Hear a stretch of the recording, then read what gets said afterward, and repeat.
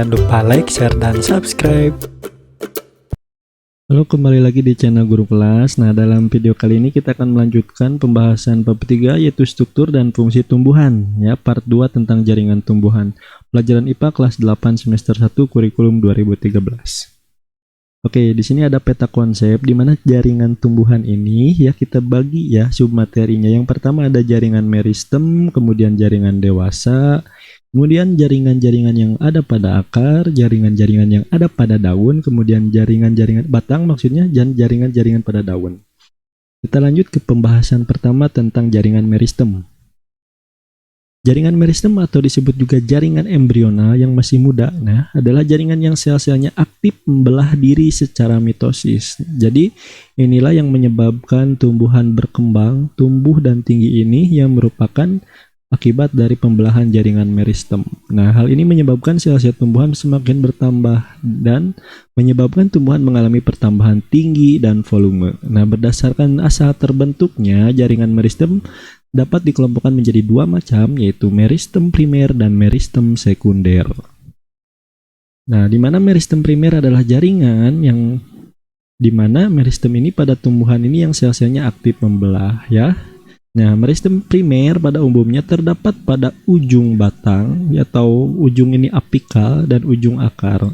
Nah, oleh karena itu untuk ya meristem primer ini menyebabkan pertumbuhan primer pada tumbuhan secara vertikal ke atas dan perpanjangan akar maksudnya ke bawah ya. Jadi panjang ke atas dan ke bawah. Nah, di sini kita lihat ada ujung batang jika diperbesar seperti ini ya. Ada meristem apika ini di ujung nih, di ujung. Nah, ini yang sel-sel yang aktif membelah diri menjadi tumbuhan itu menjadi tinggi karena adanya meristem apika. Kemudian ada primordia daun, ini calon-calon daun ya. Calon-calon daun nantinya. Kemudian ada meristem aksilar, itu bukan di ujung tetapi di sudut seperti ini. Sama, ini juga aktif membelah. Nah, yang kedua ada meristem sekunder. Nah, meristem sekunder ini berasal dari sel-sel dewasa ya.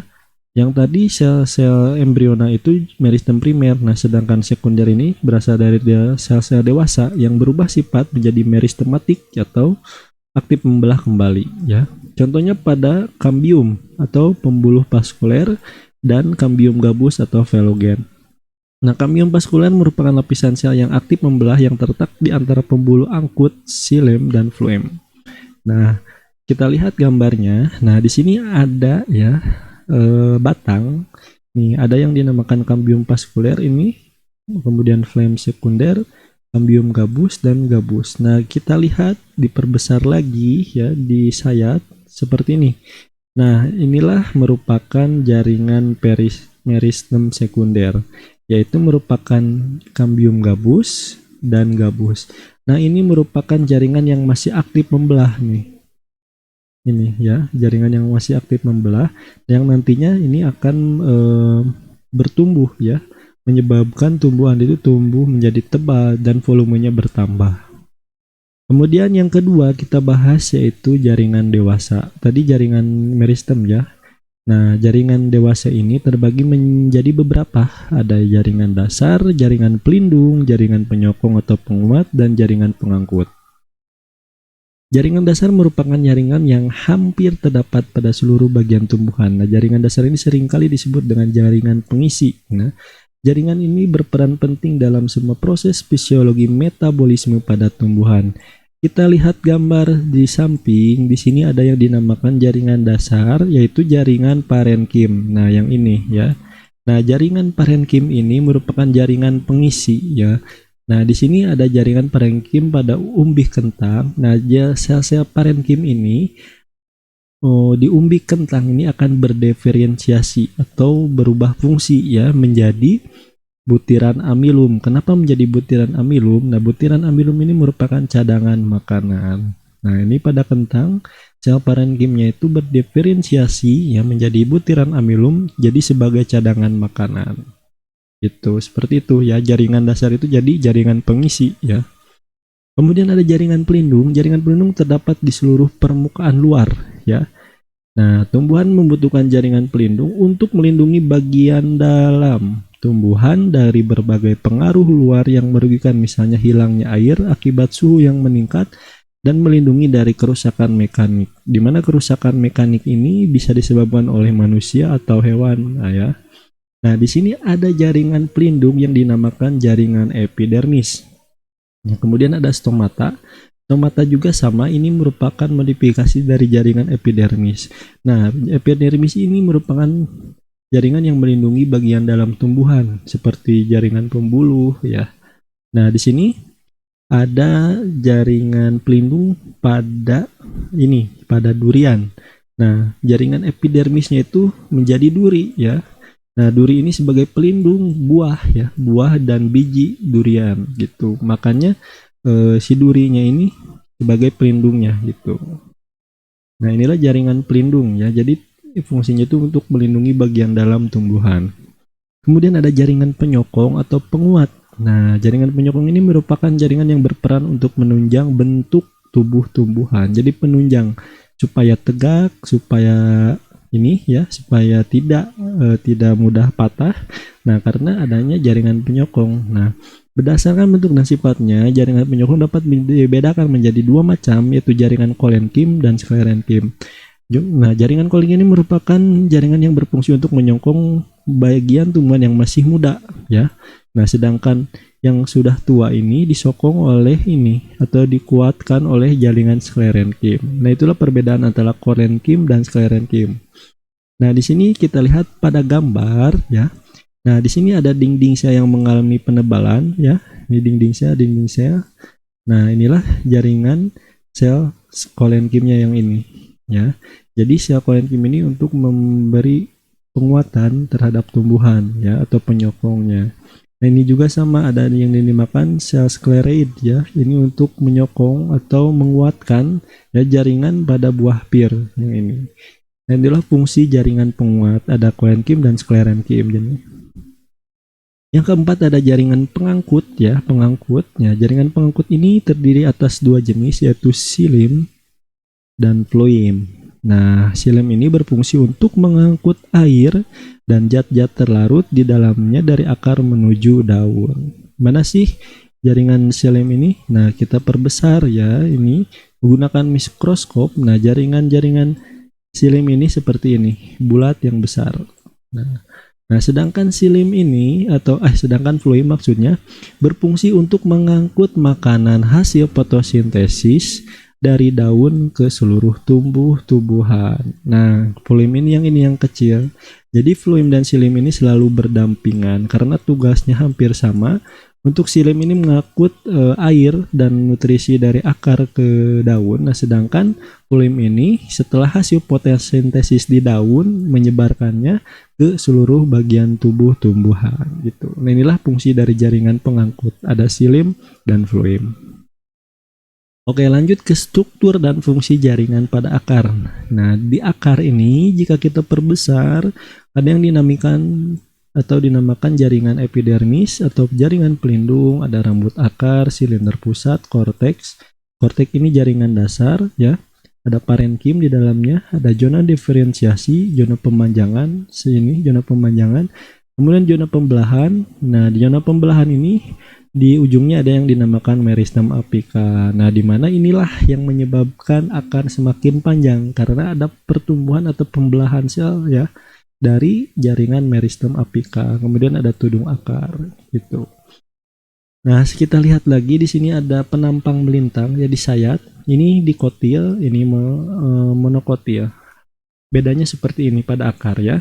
Jadi ini ada xilem ya, ini untuk mengangkut air dan nutrisi atau mineral ke daun dari akar ya. Nah, ini phloem ya, yang nanti disebarkan lagi ke akar untuk tumbuh ya. Nah, ada silinder pusat yang ini, yang bulat ya, yang bulat. Kemudian ada korteks. Nah, di mana korteks ini jaringan dasar, kemudian epidermisnya itu sangat tipis. Kenapa sangat tipis epidermisnya? Karena untuk memudahkan masuknya air dan nutrisi ke dalam akar ya.